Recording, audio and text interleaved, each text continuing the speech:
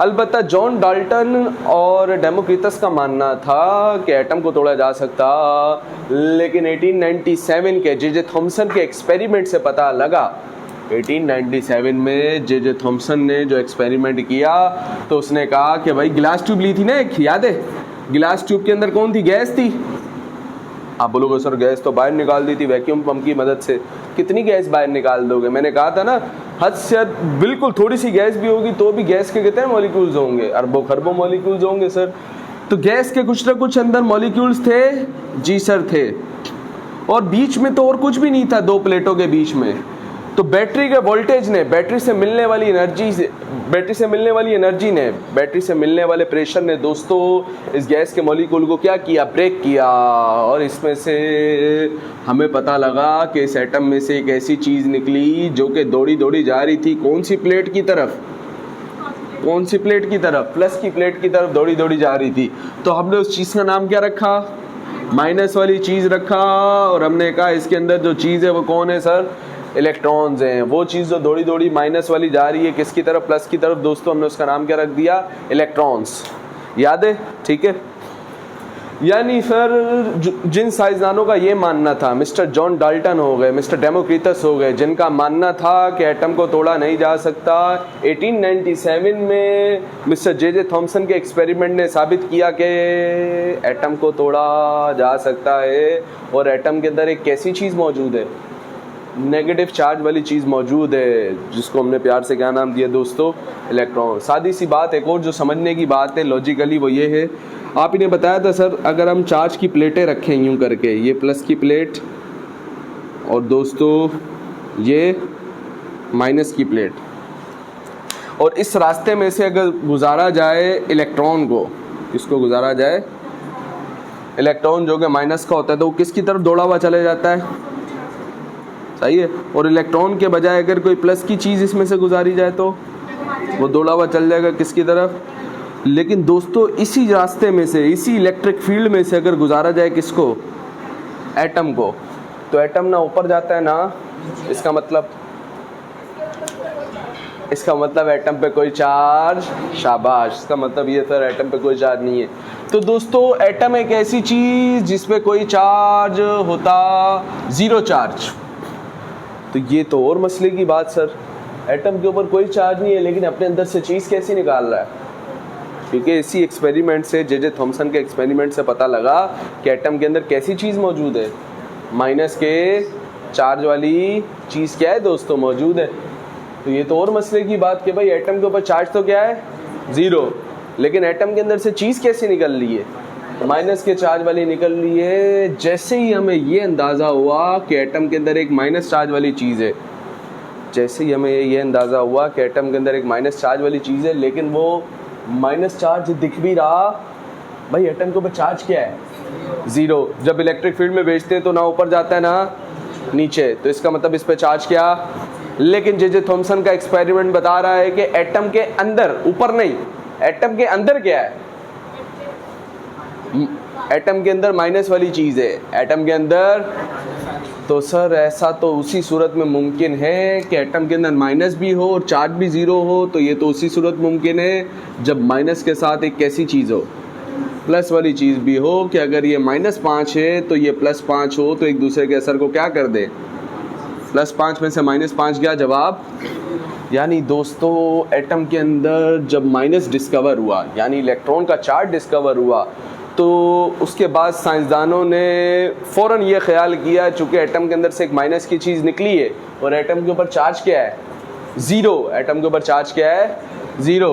तो लाजमी सी बात होगी कि इस माइनस को ख़त्म करने के लिए साथ ही कौन मौजूद होगा? एक प्लस का चार्ज भी मौजूद होगा। इसलिए दोस्तों जॉन डाल्टन ने अपनी एटम की जो थ्योरी दी थी वो 1808 में दी थी, लेकिन 1808 से लेकर 1897 तक, यानी दोस्तों ये तकरीबन बन गए 89 ईयर्स, तकरीबन 90 साल तक, 1808 तक लोगों का मानना था कि एटम को तोड़ा जा सकता नहीं है, एटम के अंदर कोई प्लस माइनस की चीज़ होती नहीं है। 1808 से लेकर 1897 यानी मिस्टर जे थॉमसन के एक्सपेरिमेंट तक।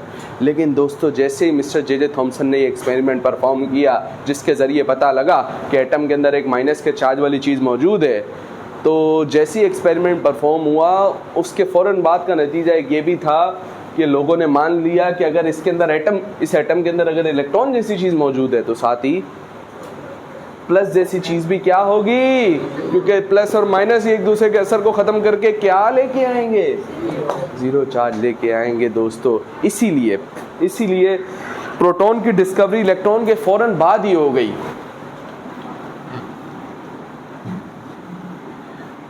डिस्कवरी ऑफ प्रोटॉन का एक्सपेरिमेंट जिस साइंसदान ने परफॉर्म किया था दोस्तों, उसका नाम है मिस्टर गोल्डस्टाइन। इसके नाम में गोल्ड है, इसका मतलब ये नहीं कि गोल्ड का कारोबार करता था, तो इसका नाम है सर गोल्डस्टाइन। क्या एक्सपेरिमेंट किया, क्या प्रोसीजर था, तो एक बहुत प्यारी बात आपको बताता चलूँ दोस्तों यहाँ पे कि गोल्डस्टाइन के एक्सपेरिमेंट का 95% काम वही था जो कि किसका था, मिस्टर जे थॉमसन का एक्सपेरिमेंटल वर्क था। इसलिए मैं ज़्यादा अलग से डिटेल में नहीं बताऊंगा, आपके जहन में वही नॉलेज होनी चाहिए। याद रहे, अगर हम जे थॉमसन के एक्सपेरिमेंट को रिकॉल करें, अपने जहन में लाने की कोशिश करें, तो एक गिलास की ट्यूब थी। जी सर, एक गिलास की ट्यूब थी, उसके साथ एक पंप लगाया हुआ था, वैक्यूम पंप, याद है। ट्यूब के दोनों एंड के ऊपर 2 प्लेटें थी, याद है।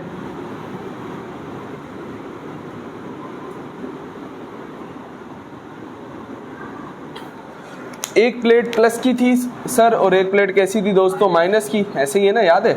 ठीक है, चलो ये माइनस की प्लेट बन गई, ये प्लस की प्लेट बन गई। एक बैटरी ली थी, हाई वोल्टेज बैटरी, याद है, हाई वोल्टेज बैटरी। बैटरी का ये प्लस का टर्मिनल और ये प्लस का, ये माइनस का, ये प्लस का, ये माइनस का। तो माइनस वाला माइनस पे जोड़ दिया था और प्लस वाला प्लस पे जोड़ दिया था। वही सारा है, नोट्स के अंदर भी आपको उसी तरीके से लिखा हुआ काम मिल जाएगा, वही सेटअप है एक। तो फिर आप बोलोगे सर फ़र्क क्या हुआ। तो एक और टेक्निकल बात का खुलासा दोस्तों आपके साथ करते चलें। देखो, गोल्डस्टाइन ने प्रोटॉन की डिस्कवरी की, यानी कैसी चीज़ की डिस्कवरी की, प्लस वाली चीज़ की। एक और टेक्निकल बात आपको बताते चलें, जब जे थॉमसन ये एक्सपेरिमेंट कर रहा था, तो जे थॉमसन ने तो सिर्फ किसको डिस्कवर किया, इलेक्ट्रॉन को। लेकिन दोस्तों इस ट्यूब के अंदर और भी बहुत सारी चीज़ें बन रही थी जिसके बारे में उस वक्त मिस्टर जे थॉमसन को पता नहीं था। ये हम आगे बड़ी क्लासेस में जाके डिटेल में पढ़ते हैं। एक चीज़ जो बन रही थी वो गोल्डस्टाइन ने फिर थोड़े से उस सेटअप में चेंज करके बताई। एक और चीज़ के बारे में भी आप डिटेल में जाके पढ़ेंगे, second year physics chapter number 18, atomic spectra के अंदर एक्सरे जैसी चीज़ का नाम सुना, एक्सरेस नाम सुना दोस्तों। इसी ट्यूब के अंदर जो काम किसने किया, मिस्टर जे थॉमसन ने किया। साथ ही क्या बन रहा था, एक्सरे भी बन रहा था, लेकिन फिलहाल हमारा उससे कोई लेना देना। और भी दोस्तों साथ ही साथ मिस्टर जे थॉमसन ने जो काम किया था, यानी इलेक्ट्रॉन को डिस्कवर किया था, माइनस वाली चीज़ देखी थी। एक और पते की बात आपको बताते हैं दोस्तों, उसी ट्यूब के अंदर साथ ही कैसी चीज़ें भी बन रही थी, प्लस वाली चीज़ें भी बन रही थी। तो अगला सवाल पैदा होता है, सर वो दिख क्यों नहीं रही थी। तो यही तो वो प्रोसीजर है कि मिस्टर गोल्डस्टाइन ने ऐसा क्या काम किया कि अब प्लस वाली चीज़ें दिख रही हैं। सबसे पहले मुझे ये बताओ, मिस्टर जे थॉमसन ने कौन सी प्लेट में होल किए थे,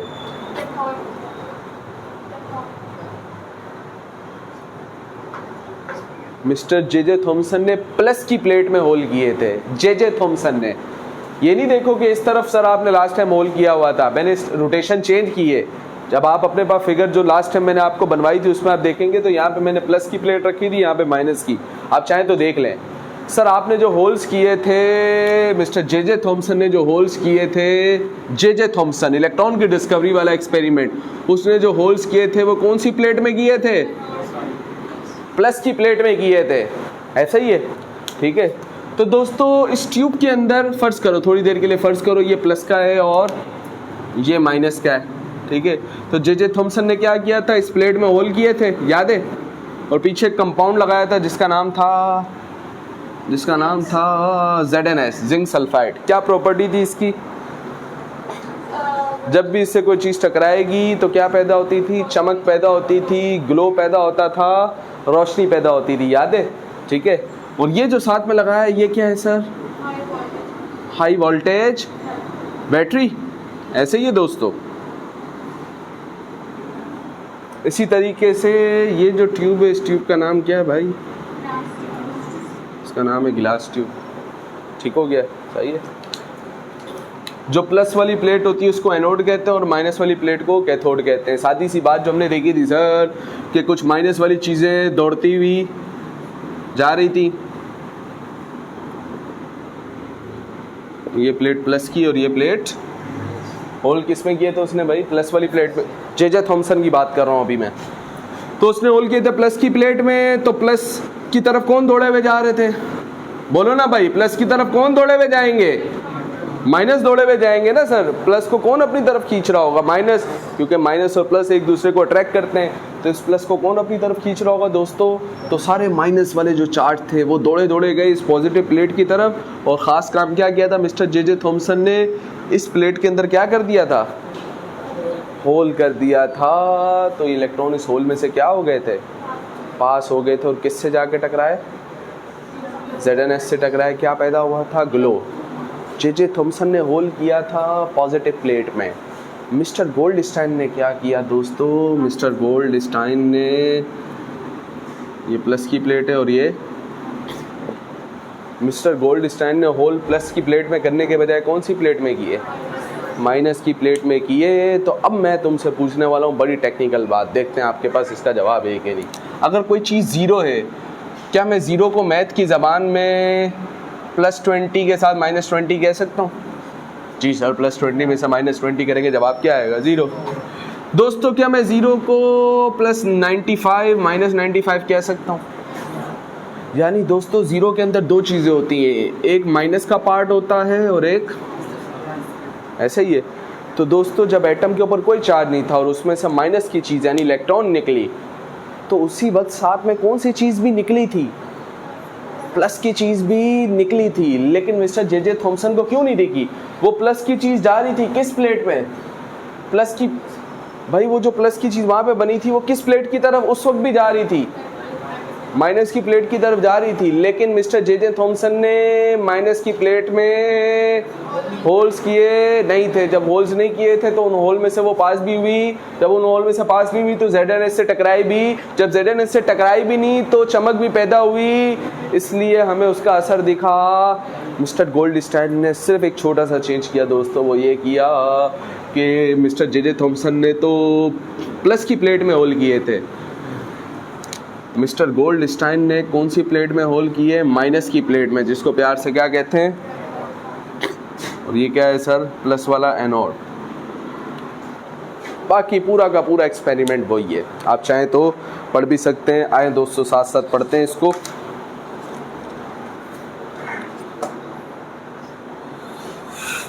तो कंस्ट्रक्शन वही है, बिल्कुल वही कंस्ट्रक्शन है, क्योंकि वही ट्यूब है, बस एक छोटे से फर्क के साथ। वहां पर परफोरेटेड एनोड था, सुराखदार एनोड था, यहाँ पर परफोरेटेड कैथोड है। ठीक हो गया। Experiment. First of all this tube is filled with gas at ordinary pressure. वही बात सर, वही एक्सपेरिमेंट है, वही सारा काम है। ठीक है, कोई फर्क नहीं है इसमें। दो काम वो साथ कर रहा था। कौन से दो काम साथ कर रहा था? मैंने आपको बताया था, एक तो वैक्यूम पंप की मदद से गैस का प्रेशर कम कर रहा था और साथ ही बैटरी की मदद से वोल्टेज को बढ़ा रहा था। ये दो काम एक साथ कर रहा था। फिर उसने कुछ चेंज ऑब्जर्व होते हुए देखा, याद है? सही है। क्या चेंज ऑब्जर्व होते हुए देखा था उसने? उस वक्त मिस्टर जे थॉमसन ने देखा था कि एनोड के पीछे वाली जो हिस्सा है उधर क्या पैदा हो रही है? चमक। क्या पैदा हो रही है? ये उसने ऑब्जर्व होते हुए देखा था। यहाँ पर मिस्टर गोल्डस्टाइन क्या ऑब्जर्व होते हुए देखेगा? कैथोड की प्लेट के पीछे क्या पैदा हो रही है? वजह। क्योंकि सर यहाँ पर जो प्लस के चार्ज होंगे, जो प्लस वाली चीज़ें होंगी, वो दौड़ी दौड़ी जाएंगी कौन सी प्लेट की तरफ? माइनस की प्लेट की तरफ जाएंगी। तो माइनस की प्लेट में क्या हुए हुए हैं? होल्स हुए हुए। इनमें से क्या हो जाएंगी? पास हो जाएंगी। तो किससे टकराएंगी? ZnS से टकराएंगी। जब ZnS से टकराएंगी तो क्या पैदा होगा?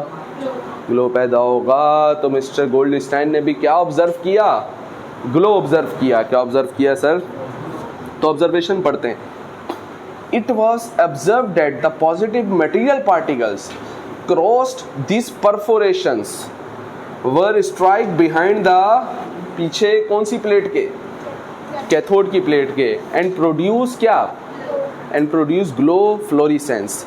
तो सोचने की बात है, मिस्टर जे थॉमसन ने सॉरी मिस्टर गोल्डस्टाइन ने दोस्तों इनका नाम क्या रखा, पॉजिटिव रेज रखा।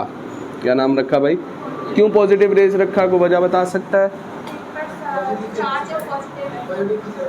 वेरी नाइस, जैसा सर आपने लास्ट टाइम बताया था, आपकी बात भी सही है कि सर अगर कैथोड प्लेट कैसी है बताओ, माइनस की है ना। अगर कोई दौड़ा दौड़ा इसकी तरफ आ रहा है, कोई दौड़ा दौड़ा इसकी तरफ आ रहा है, कोई चीज़ माइनस की तरफ खिंची खिंची आ रही है, तो बताओ वो खुद कैसी होगी। एक ये वजह थी उसने इसका प्लस का नाम रखा, दूसरी जो वजह थी वो ये थी कि जब ये दौड़ी दौड़ी माइनस की तरफ आ रही हैं, ये सारी प्लस वाली ये चीज़ें, अभी इसको प्लस वाला नाम नहीं दिया, उसने क्या नाम दिया कि चीज़ें दौड़ी हुई किसकी तरफ आ रही हैं, माइनस की तरफ। तो आ किस तरफ से रही हैं, आ किस तरफ से रही हैं, प्लस की तरफ से आ रही हैं। चूंकि ये एनोड की तरफ से आ रही हैं, ऐसा लग रहा है कि अगर हम इस साइड से देखें और कोई बंदा इस तरफ हमारी तरफ आ रहा है तो हम कहेंगे सर जो मेरी तरफ आ रहा है वो दूसरी तरफ से आ रहा है। बड़ी मुश्किल बात थी सर ये भी। तो सर जब दूसरी तरफ से आ रहा है तो दूसरी तरफ क्या है, एनोड है, इसलिए उसने इन रेस को क्या नाम दिया दोस्तों, एनोड रेस नाम दिया। समझ में आ गई बात। नतीजा क्या निकाला इससे, रिजल्ट क्या निकाला उसने, इससे उसने ये रिजल्ट निकाला कि एक एटम के अंदर सिर्फ माइनस वाली चीज़ ही नहीं होती बल्कि साथ ही प्लस वाली चीज़ भी होती है। एटम के अंदर ये जो प्लस की चीज़ें, इसका उसने नाम रखा दोस्तों प्यार से प्रोटॉन।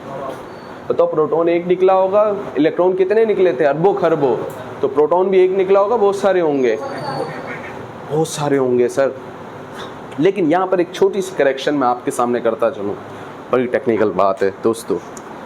यहाँ पर ये जो दौड़े दौड़े आ रहे थे ना, ये प्रोटॉन नहीं थे।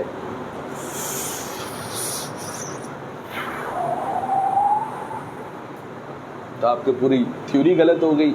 अभी तक जो आपने हमें पढ़ाया और बताया, ये तो सारी कलाकारी आपने गलत साबित कर दी। अगर आपकी इस बात को, तो मेरी पूरी बात सुनो, ये सिर्फ प्रोटॉन नहीं थे, हैं ये सिर्फ, पहले एक बात बताओ, क्या सिर्फ ये प्लस की चीज़ें तो दौड़ती हुई जा रही हैं या माइनस वाली भी उस तरफ जा रही है, लेकिन दिख नहीं रही है वजह, क्योंकि आप उस तरफ फोर्स किए।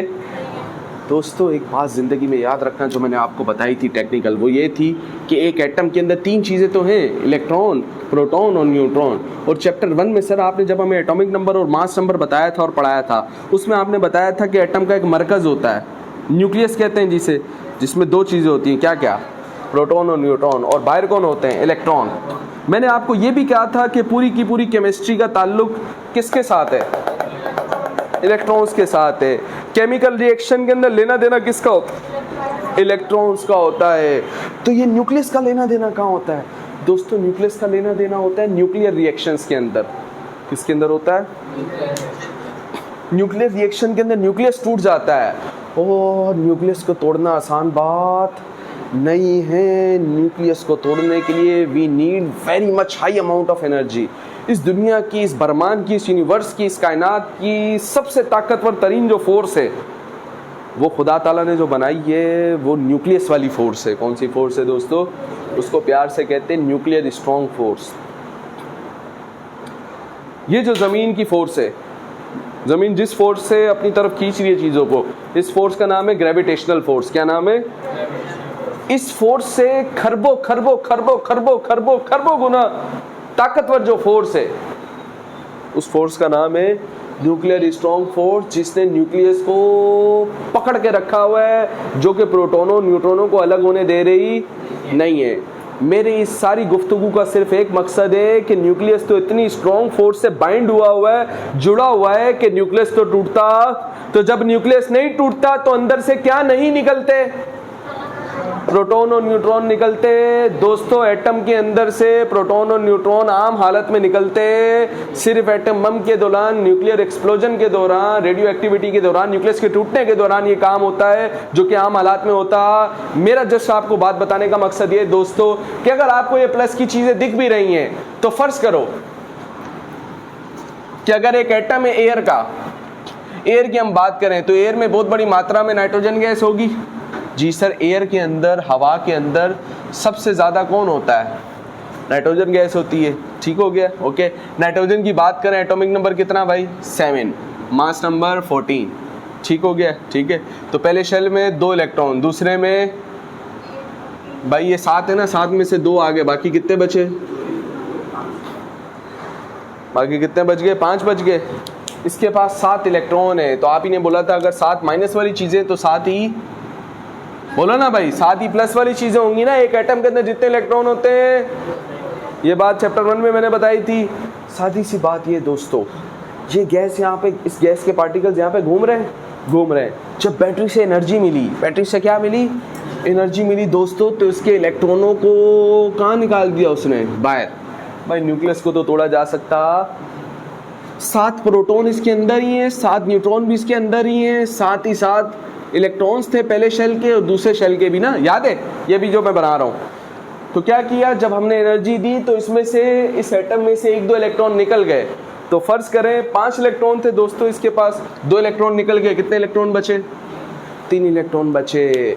3 इलेक्ट्रॉन बचे। तो अब मैं आपसे पूछता हूँ, बताओ इसके बाद माइनस वाली चीज़ें कितनी हैं? 5 हो गई ना सर, पहले टोटल 5 और 2 कितनी थी? अब 2 निकल गई है। अगर इसमें से क्यों निकल गए भाई? क्या दी? एनर्जी दी, तो इलेक्ट्रॉन निकल गए। किसकी तरफ दौड़े हुए जा रहे थे? किसने बताया था? मिस्टर जे थॉमसन ने। ठीक हो गया, सही है। तो दोस्तों 3 और 2 कितने हो गए? 5। इलेक्ट्रॉन वाली चीजें कितनी? 5। प्लस वाली चीजें कितनी है? +7। 7 में से 5 जाएगा +2। यानी अब ये जो चीज़ है सर आपके पास, ये जो नाइट्रोजन जैसी चीज़ है, ये नाइट्रोजन नहीं रहा, बल्कि इस पे कैसा चार्ज है? +2 का चार्ज है। अगर इतनी एनर्जी मिली कि 2 इलेक्ट्रॉन निकले, तो अब ये नाइट्रोजन का एटम नहीं है, बल्कि क्या है? प्लस का चार्ज है या प्लस वाला आयन है। दोस्तों अब ये जो +2 है, +2 होने का मतलब क्या इसके अंदर सिर्फ 2 प्रोटॉन है? नहीं सर। तो फिर +2 होने का मतलब क्या है? +2 होने का मतलब ये है दोस्तों कि अगर इसके पास 7 प्रोटॉन है और कितने इलेक्ट्रॉन है, तो 7 में से 5 निकालें, क्या बचा? 2। +2 होने का मतलब ये है कि इसके पास 2 इलेक्ट्रॉन ज़्यादा हैं। कितने के मुकाबले में? इलेक्ट्रॉन के मुकाबले में, क्योंकि अगर इलेक्ट्रॉन भी 7 होते और ये भी, तो +7 -7 जवाब। लेकिन +2 होने का मतलब प्लस वाली चीजें 2 ज्यादा हैं। कौन सी चीजों से?